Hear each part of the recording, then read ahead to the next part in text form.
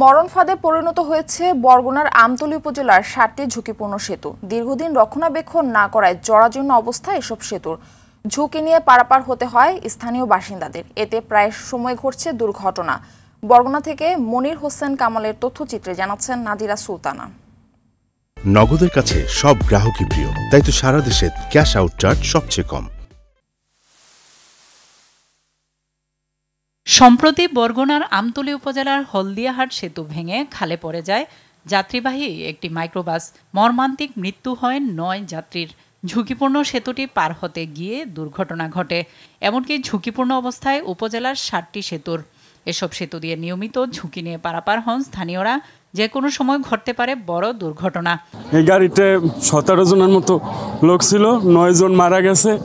ঠিক আছে, ওই পেরে একটা সাইনবোর্ড ছিল ঝুঁকিপূর্ণ ব্রিজ। এলজিইডির অধীনে ২০০৫-৬ অর্থবছরে আমতলী উপজেলায় এসব সেতু নির্মিত হয়।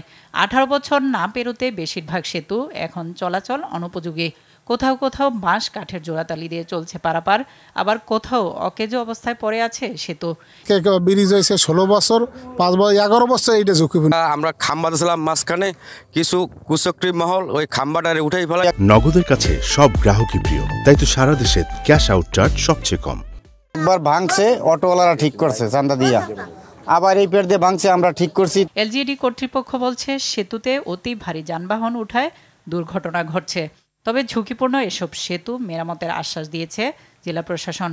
আমরা চেষ্টা করব যাতে এই ব্রিজগুলো আইডেন্টিফাই করে প্রয়োজনীয় সংস্কার জন্য আমরা করতে পারি। এই হালকা যানবাহন চলতে পারতো, এটা তো হালকা যান না, এটা তো ভারী যান, এবং এই ধরনের এর চেয়েও ভারী ভারী গাড়ি এখান থেকে চলে। দুর্ঘটনার রোধে দ্রুত সময়ে বরগুনার ঝুঁকিপূর্ণ সেতুগুলোর সংস্কার দেখতে চান স্থানীয়রা।